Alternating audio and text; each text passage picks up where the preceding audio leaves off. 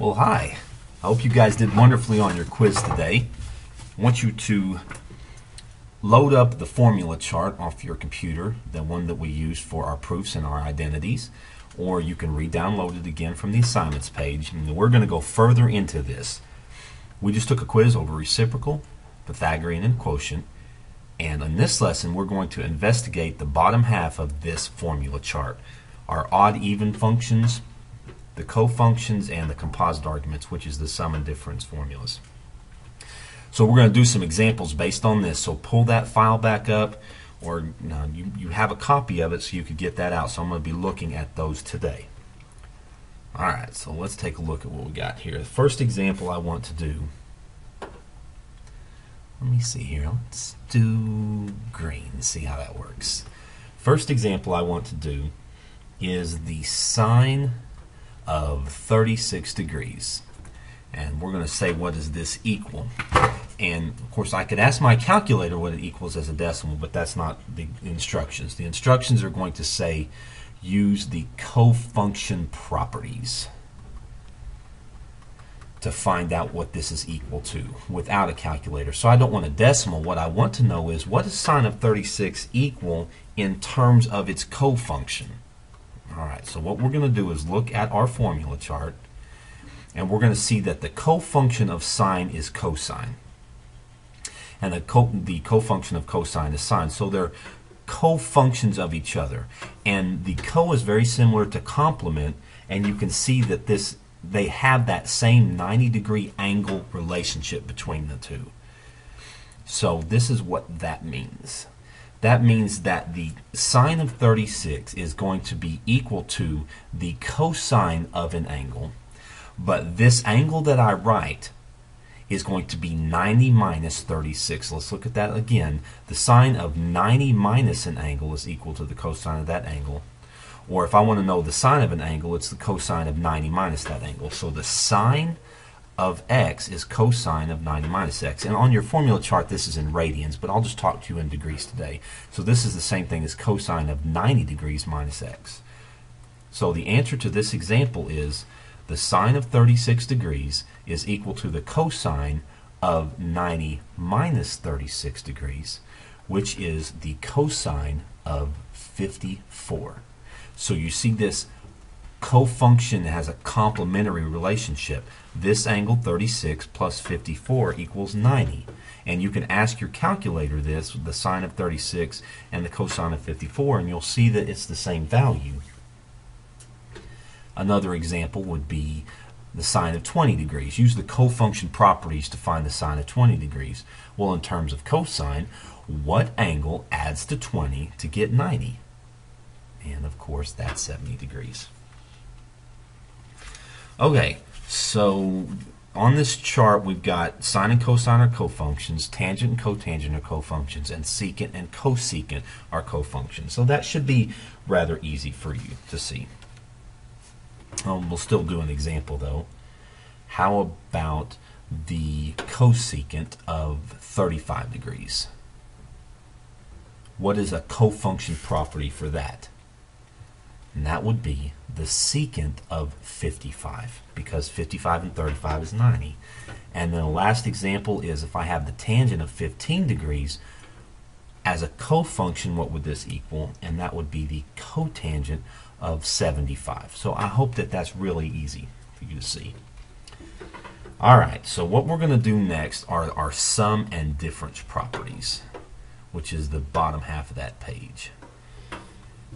Alright, so what we're going to do is we're going to take a look at cosine of a plus b. And we are going to see that this does not equal cosine a plus cosine b. In other words, cosine does not distribute through parentheses. I'm going to prove that for you real quick. If a is 30 degrees and if b is 90 degrees, then the cosine of 30 plus 90 does not equal the cosine of 30 plus the cosine of 90, and here's why. 30 plus 90 is 120, so this would be the cosine of 120.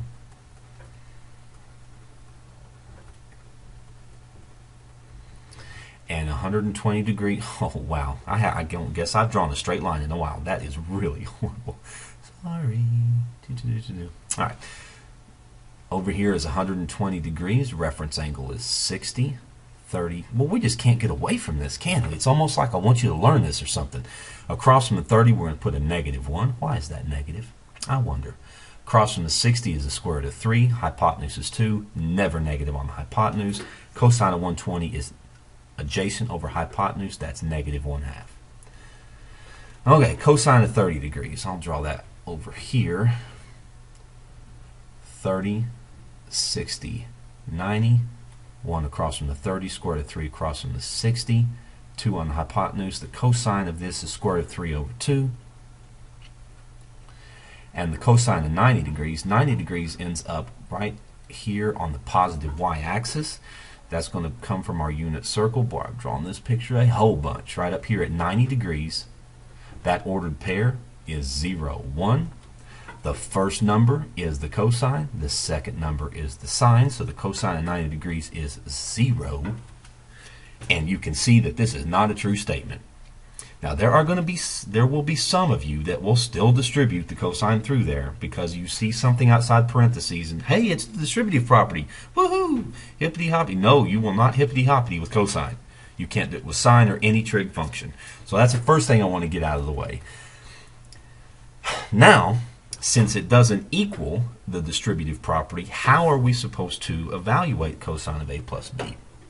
And this is where you look at your formula chart. I don't want to extend page. I just want to go to a new page. You're going to look at your formula chart and you're going to see that cosine of a plus b has a formula. It's the cosine a cosine b minus sine a sine b. There is your formula to find the cosine of a plus b. Yes, it's messy. Yes, it looks difficult, but at least it's correct and not silly.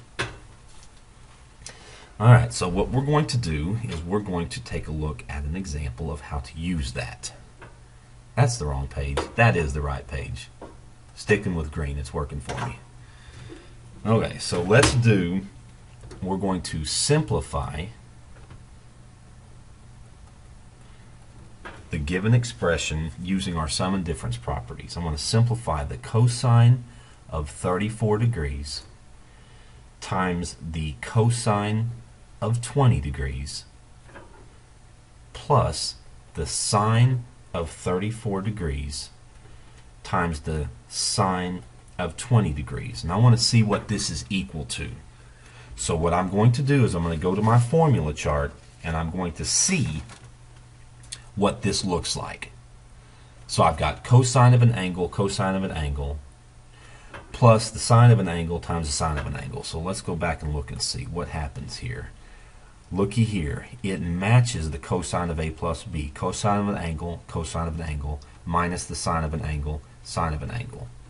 But wait a minute, that's a plus sign, so it's not cosine of a plus b. It's the, look over here. Cosine a, cosine b, plus sine a, sine b is equal to the cosine of a minus b. So you just have to look and see. I keep pressing that button. That's the wrong one. You just have to look and see what would A be. A is 34 degrees and B is 20 degrees. So this simplifies into the cosine of A minus B, which is the cosine of 14 degrees. So I turn a really long expression into one single expression.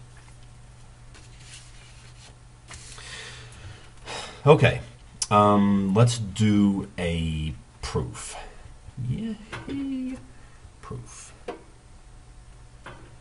Let's prove that the cosine of x minus pi is equal to negative cosine of x. And the way I'm going to do this is I'm going to start with one side and I'm going to use my identity chart to simplify it and see if it looks like the other side, just like we did the other proofs. Except this time I'm going to be using the formula chart, the bottom half of the formula chart. So let's look at this left-hand side. It's the more complicated side. This is the cosine of an angle minus an angle. So that is cosine of A minus B. I'm going to use this formula right here. So I'm going to expand the cosine of a minus b. And this is going to be the cosine of the first thing, that's your a, the x, and the pi is your b. So it's the cosine x times the cosine of pi plus the sine of x times the sine of pi. So let's see if we can answer any of this. I need to find cosine of pi. That's an angle that I can actually find the cosine of, and the sine of pi. And then from our little unit circle here, pi is over here on the negative x-axis. That ordered pair is -1, 0. The first number is the cosine. The second number is the sine. So cosine x times the cosine of pi, which is -1, plus the sine of x times the sine of pi, which is 0, works out to be -1 times cosine, or negative cosine. Let's take a look at how we're doing on our time here. Just got a few minutes left. Awesome, I can do one more example. Alright, back to here, minimize, next page. Let's prove that cosecant of theta minus 90 degrees equals negative secant of theta. Now you're going to see on your formula chart that there is not a cosecant of a minus b formula. However, you can rewrite this as 1 over sine of theta minus 90 degrees, because cosecant is 1 over sine. And then from there we can keep simplifying by the sine of a minus b formula. Let's go take a look at that. Sine of a minus b formula. Where are you? Matchy, matchy, matchy. There you are, right there. There's your sine of a minus b formula. Sine a cosine b minus cosine a sine b. Look at all this is to memorize. You should be thankful that your math teacher is allowing you to use this formula chart, because these are messy, messy formulas. So you just have to play the matchy, matchy game with your formula chart. So it's sine a cosine b minus cosine a sine b. So this would be equal to 1 over the sine of theta times the cosine of 90, got to extend my fraction bar here, minus the cosine of theta times the sine of 90. And let's see what we can answer here. Cosine of 90 degrees, I'm not going to draw my triangle here, but the cosine of 90 degrees is 0. And then the sine of 90 is equal to 1. So this is 1 over negative cosine theta, which is equal to negative secant theta. Boom, shakalaka.